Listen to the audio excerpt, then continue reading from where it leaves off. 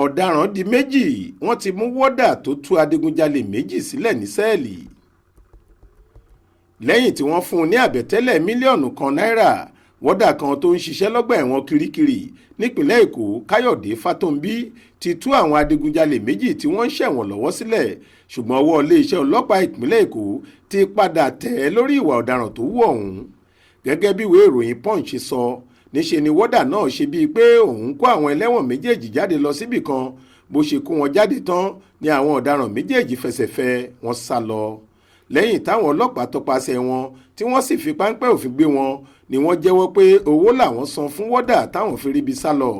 Gẹ́gẹ́ bí ẹnìkan tó ṣàlàyé ọ̀rọ̀ náà fún akọ̀ròyìn Punch sọ, ó ní ọgbà ẹ̀wọ̀n Kirikiri nípìnlẹ̀ Èkó ni ọkùnrin náà ti ń ṣiṣẹ́.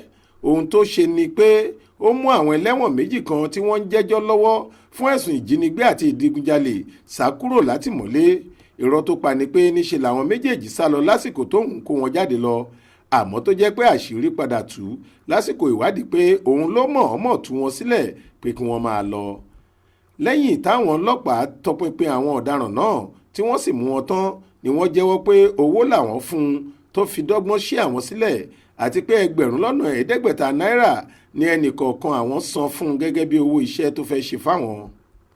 Wọ́n ti mú ọkùnrin Wọda yìí, ó sì ti wà lẹ́ka tí wọ́n ti ń ṣèwádìí ìwà ọ̀daràn ní Pàǹtí, Yábà nípìnlẹ̀ Èkó.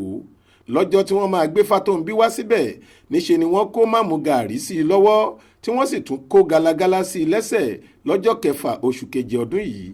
Ọjọ́ Ajé Monday ọjọ́ 10 oṣù keje ọdún yìí kan náà ni wọn yóò fojú rẹ̀ balẹ̀ ẹjọ́. Mọ́nísọ́lá Sàká ló ṣàkójọ ìròyìn yìí fún iléeṣẹ́ tẹlifíṣàn Aláròye online. Faith Adébọ́lá ló kà á sétí ìgbọ́ yín.